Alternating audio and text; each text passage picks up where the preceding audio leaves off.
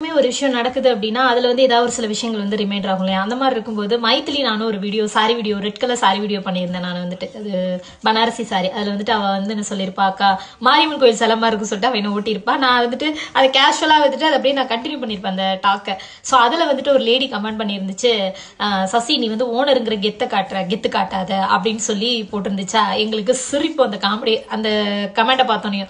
சரி நான் சொல்லிட்டு அந்த லேடியோட ஐடியா ஓப்பன் பண்ண அப்படின்னு சொல்லிட்டு பார்த்தோன்னே இதெல்லாம் பிளாக் பண்ணி விடு அப்படின்ட்டு அந்த இடத்துல நான் என் திமிரை காட்டினேன். என்ன பொறுத்த வரைக்கும் தப்பே இல்லைன்னு தான் சொல்லுவேன். ஏன்னா உனக்கு நான் யாரு என்ன என் கேரக்டர் எதுவுமே தெரியாது. என்ன மேலோட்டமா ஒரு நடிப்பை வச்சு நீயா ஜட்ஜ் பண்ணிட்ட. ஓகே இது நம்ம லிஸ்ட்ல வராதுன்னு சொல்லிட்டு அதை தூக்கி போட்டேன்னு வச்சுக்கோங்களேன். பட் இருந்தாலும் அந்த லேடி சொல்லும் போது ஒரு சில விஷயங்கள் எனக்கு ஞாபகம் வந்துச்சுங்க. என்ன அப்படின்னா, நான் ஒரு இடத்துல வேலை செய்யும் போதுங்க உண்மையிலுமே சொல்றேன், அந்த ஓனருங்கிற அந்த கெத்தை காட்டுறதுக்கு அவங்க பண்ண பர்ஃபார்மன்ஸ் எல்லாம் இருக்கு பாருங்க, வேற மாதிரி இருக்குங்க. என்ன சொல்றது, நான் உண்மையிலுமே சொல்றேன், உழைப்போம் ரொம்ப கஷ்டப்படுவோம், பட் எங்களுக்கு அங்க மதிப்பே இருக்காது. அதே மாதிரி அவங்க வந்துட்டு அந்த ஒரு பார்ஷியாலிட்டி பார்த்து பழகுவாங்க. நான் எங்ககிட்ட ஒண்ணுமே கிடையாது, ஆனா அவங்க கிட்ட நல்ல பணம் இருக்கும். என்ன மாதிரியே வேலை செய்யற பொண்ணுங்கள்ட்ட பணம் இருக்கும், கொஞ்சம் ப்ரொஃபஷனலா இருப்பாங்க, நம்ம கொஞ்சம் வில்லேஜ் பீப்புளா. ஸோ வந்து அவங்க கிட்ட வந்துட்டு பாத்தீங்க அப்படின்னா பழகுற விதமும் எங்கிட்ட பழகுற விதமுமே டிஃப்ரெண்டா இருக்கும். அதே மாதிரி ஒரு சில இடத்துல நான் வேலை செய்யற இடத்துல ஒண்ணு வர்றாங்கனாலே பயமா இருக்கும். அந்த மாதிரி ஒரு ஃபயரா பிஹேவ் பண்றது அப்படிலாம் பண்ணுவாங்க.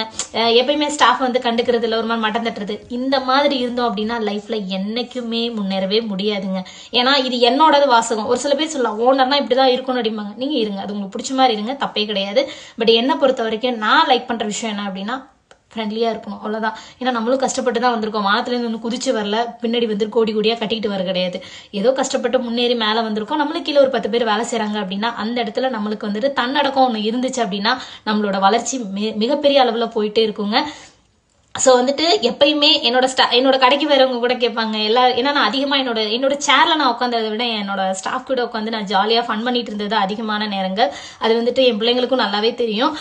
வரவங்களுமே கேட்பாங்க ஜாலியா பேசிட்டு இருக்கீங்க போல இருக்கு அப்படிம்பாங்க. ஏன்னா என் கடைக்குள்ள வந்தாலே வர்ற அந்த கஸ்டமர்ஸ் கூட சிரிச்சிட்டே தான் இருப்பாங்க. அந்த மாதிரி இருக்கும். நீங்க அதிகமா என்ன லைவ்ல எல்லாம் பார்த்திருப்பீங்க. நான் பண்ற லூட்டி எல்லாம் நேச்சுரலாவே நம்ம இப்படிதாங்க. பட் நானும் திமிரை காட்டியிருக்கேன், கெத்தை காட்டியிருக்கேன். என்ன பொறுத்த வரைக்கும் கெத்துனாலே அது திமிரு தான். அதை நான் எங்க காட்டியிருக்கேன் அப்படின்னா, என்னை வந்து கஷ்டப்படுத்திருப்பாங்கல்ல, என்னை வந்து ரொம்ப வந்து அசிங்கப்படுத்தினவங்க, என்னை கஷ்டப்படுத்தினவங்க, என்னை வந்து மதிக்காமே இருந்தவங்க முன்னாடி ஸ்டில் நான் இப்போ வரைக்கும் அவங்க எவ்வளவு கஷ்டப்பட்டாலும் நான் இறங்கி போனதே கிடையாது. அந்த இடத்துல நான் திமிரை காட்டியிருக்கேன். ஹெல்ப்புங்கிறது வேறங்க. பட் வந்து நீ கொடுத்த அவமானத்தையும் நீ கொடுத்த கஷ்டத்தையும் என்னால் லைஃப் லாங் மறக்க முடியாது. உன்னோட ஒவ்வொரு வார்த்தையும் எனக்குள்ள வடுவா மாறி அவ்வளோ ஒரு ஆழமா பதிஞ்சு போயிருச்சு.